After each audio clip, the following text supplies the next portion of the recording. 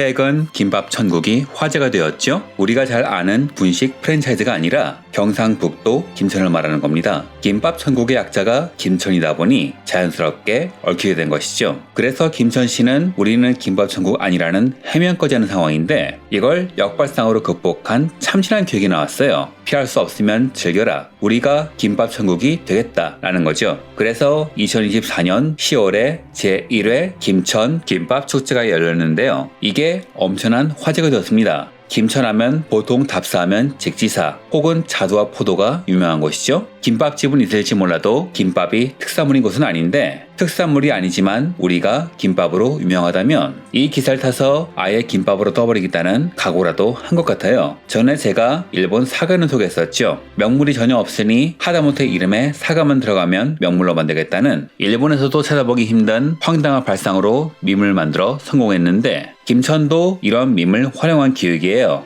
하지만 그것뿐이면 이렇게 화제가 될 일도 없을 겁니다. 이 축제 정말 한국사의 한계 내에서 할 수 있는 건 다 한 축제거든요.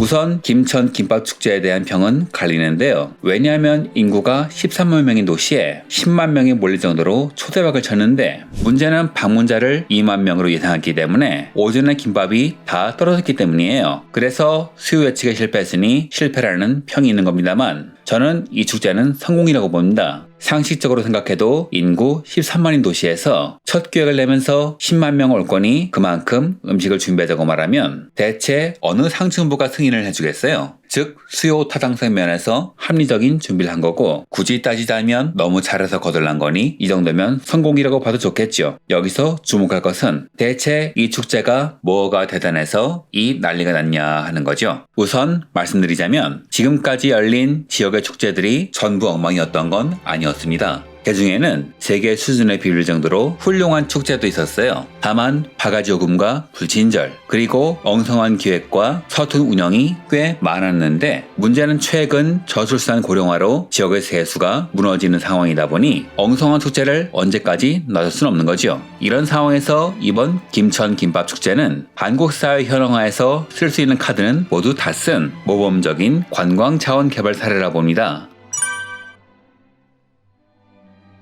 우선 첫 번째로 칭찬하고 싶은 것은 캐릭터인데요. 사실 우리나라 대부분의 지자체가 캐릭터를 갖고 있긴 하지만 이외로 주 고객인 일반인에게 먹히는 캐릭터는 드물어요. 대부분은 한번 보고 잊혀지고 어쩌다 기억되어도 스토리와 이미지에 문제가 있어서 공감이 안 가죠. 그나마 묻힌다면 다행이겠지만 때로는 사람들의 혈압을 오르게 하는 경우도 종종 발생합니다. 즉 지자체, 기관, 행사를 대표하는 캐릭터는 그 대상에 대한 이미지와 매치되면서 좋은 이미지도 함께 줘야 하는 거죠. 특히 이번 김밥 축제 같은 경우에는 아예 없는 축제를 만드는 거니까 부담이 컸을 겁니다. 잘 만들면 다행이지만 잘못 만들면 기존에 없던 부정적인 이미지가 생길 수도 있으니까요. 이번 축제 마스코트의 이름은 꼬다리인데요. 전국 2천만 김밥 마니아들이 인정하듯 김밥에서 가장 맛있는 부분은 바로 꼬다리입니다. 김밥을 쌀 때 상황상 재료가 몰리기도 하고 밥이 적기 때문에 재료의 맛이 강하며 아무래도 한 줄당 2개밖에 없기 때문에 희소성도 꽤 크죠. 즉 담당자는 꼬다리의 좋은 이미지를 활용한 캐릭터를 만든 겁니다. 김밥 꼬다리의 맛있음을 알고 있는 소비자들은 김밥 천국으로 유명한 김천의 캐릭터에 무의식적으로 긍정적인 이미지를 가지게 된 것이죠. 두 번째, 지역 경제와 연결한 겁니다. 참신한 축제, 지역 경제와 연결되는 축제는 많지만 이 두 개가 연결되는 축제는 거의 한 손에 꼽을 정도로 드물죠. 보통은 밈에만 의존해서 지역과의 관계가 없거나 반대로 특산물에만 의존해서 재미가 없습니다. 하지만 김천시는 지역 내 유명한 김밥 로컬 업체를 조사하여 그들에게 혜택이 들어갈 수 있게 했으며 대회를 열어서 타 지역의 김밥들을 끌어모으기도 했어요. 여기서 우승한다는 것 자체가 하나의 좋은 이력이고 실제로 우승자 상품이 CU의 상품으로 출시되기도 하니 지역 홍보를 넘어 외식 시장도 살린 모범 사례라 할 만합니다.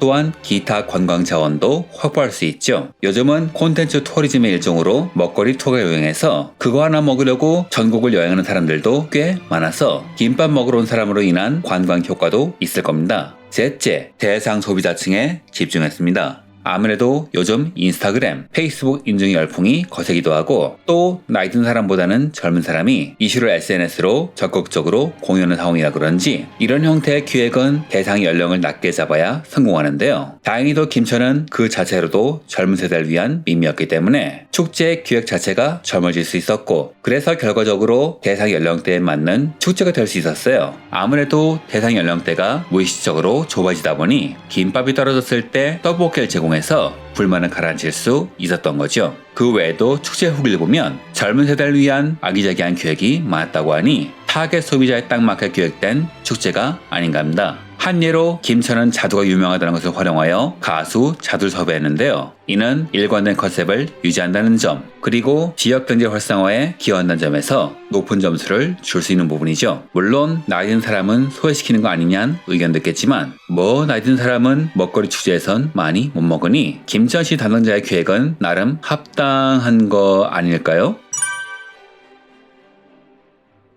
다만 모든 걸 칭찬할 만한 상황은 아니었습니다. 일부 사람들이 실패했다고 평가하는 이유겠죠. 주된 요인은 아무리 봐도 너무 많이 몰려온 사람들 때문일 텐데요. 그 바람에 김밥이 오전에 떨어져서 대구시의 명물인 떡볶이로 상품을 교체해야 했으며 덩달아 일부 프로그램이 현장에서 바뀌는 바람에 참가자들의 불만을 야기했습니다. 물론 로컬 김밥 가게로 안내해줬으니 현장 대처는 나름 잘한 것 같아요. 또한 더욱 근본적인 문제가 편의시설 문제죠. 식자재와 이를 서비스할 인력은 인근 지자체와 상부상조하여 어찌어찌 해결한다 쳐도 인구 13만 도시라는 한계상 주차, 숙박시설, 교통인프라 갖추는 건 불가능에 가깝죠. 여하튼 아쉬운 부분은 있지만 김밥천국은 성공입니다. 아마 담당자분들은 지역 발전을 위해서 고민하는 각 지자체를 돌면서 노하우를 열심히 강연하셔야겠죠. 그런데 설령 설명을 듣는다고 해서 축제를 성공시키는 게 쉬운 일은 아닐 겁니다.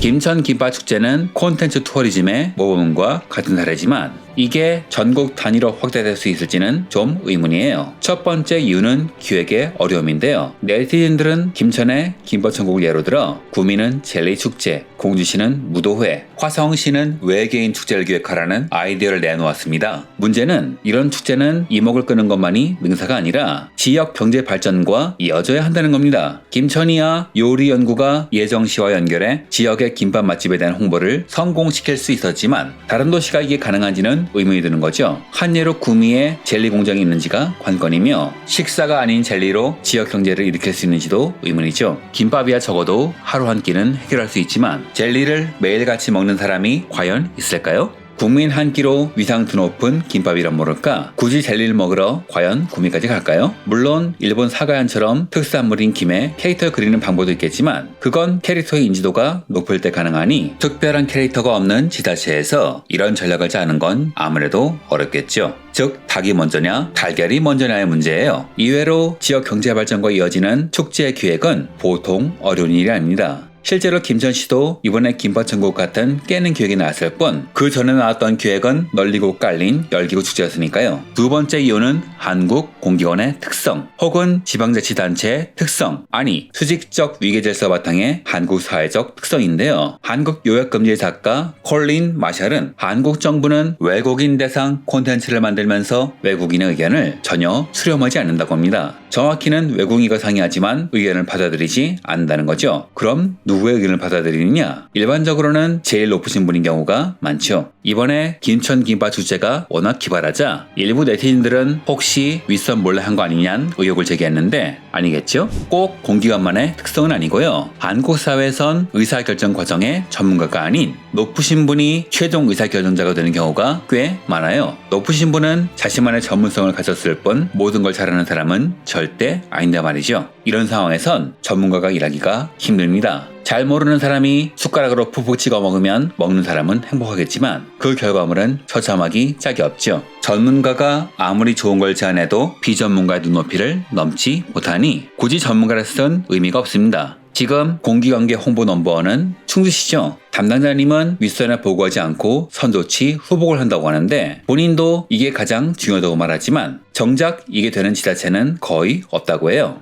그래서 그런지 뭔가 점잖고 아재스러운 홍보 영상 혹은 충주시를 대놓고 따라한 영상이 대부분입니다. 이게 담당자가 능력이 없거나 몰라서 벌어진 일일까요? 전 아니라고 봐요. 사람이 고여서 잘 안 움직이는 곳에선 이런 일이 생길 수밖에 없달까. 특히 나이 드신 분들은 젊은이들을 위한 밈에 부정적인 경우가 꽤 많아서 복불복이 될 수밖에 없습니다. 김천 씨는 기획한 주무관과 담당인 팀장이 깨인 사람이나 가능했지, 만약 김천 씨라는 성공 사례가 없는 상황에서 외부 업체가 이런 식의 언어 유희식 기획을 제안하면 아마 성공하긴 힘들 거예요. 세 번째, 순환보직을 들 수 있습니다. 지방직원 9급의 경우 2년마다 순환보직이 이루어지는데 김천 씨의 규정이 어떤지는 모르겠지만 아마 2년 뒤에는 담당이 바뀔 겁니다. 그래서 일반적인 경우 이 노하우는 이어지기가 어렵지요. 인터넷 글에는 공무원의 인수인계가 어렵단 말이 많은데요. 아무리 좋은 계획을 세워 데이터를 확보해도 그게 이어지기가 어렵다고 합니다. 물론 순환보직을 안 시키면 고인물이 되어 부패할 수 있으니 순환보직을 마냥 탓할 수는 없어요. 단 일반적인 경우 2년 뒤면 다른 업무를 할 테니 책임감을 느끼기도 어려울 테고 새 담당자가 그 일에 적격일 거란 보장도 없을 겁니다. 즉 한국의 콘텐츠 투어리즘의 가장 큰 적은 지역, 교통, 인력 이전의 관료제라고 할 수 있는 거죠.